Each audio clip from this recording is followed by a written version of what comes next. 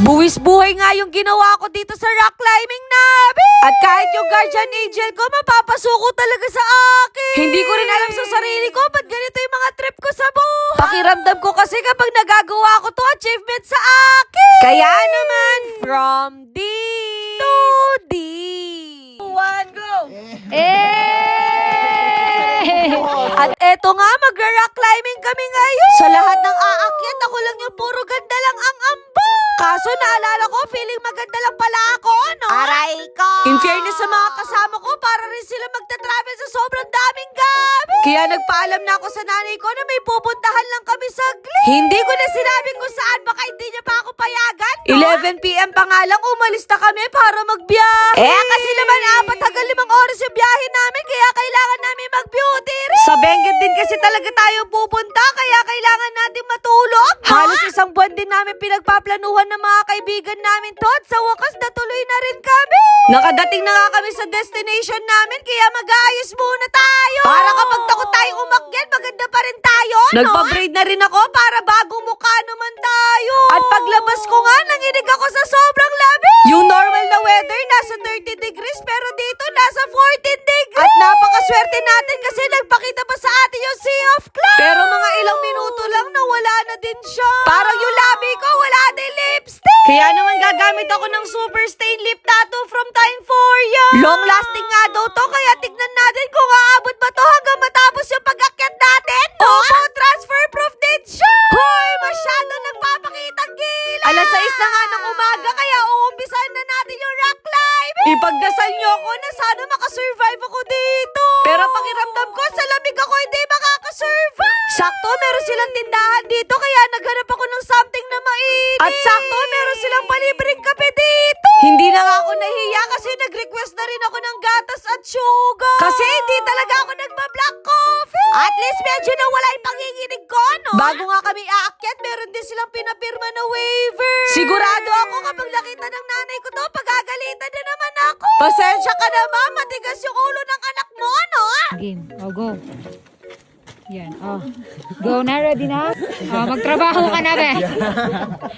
Ano pala to? Oh, kuwari ka nung... Go!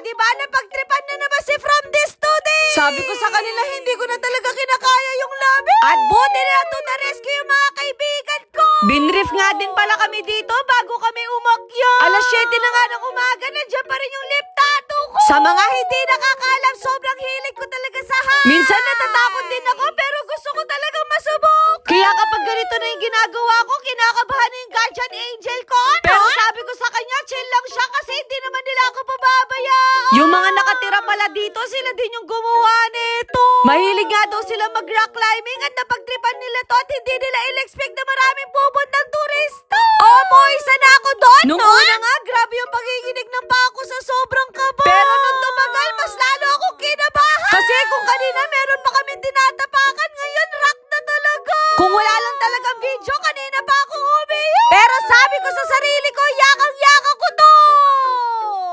I love you, ma! Ma!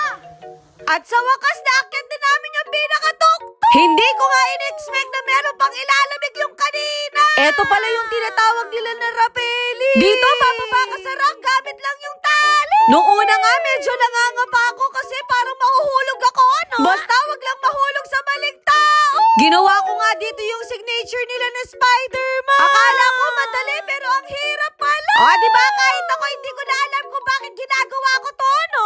Talon! In fairness, para ako nag-workout ng isang linggo, no? Basta sabi ko sa sarili ko, kailangan makauwi ako ng safe at buong buhay. Kasi marami pa akong pinapakain na pamilya. In fairness, naglalaban pa rin yung lipstick.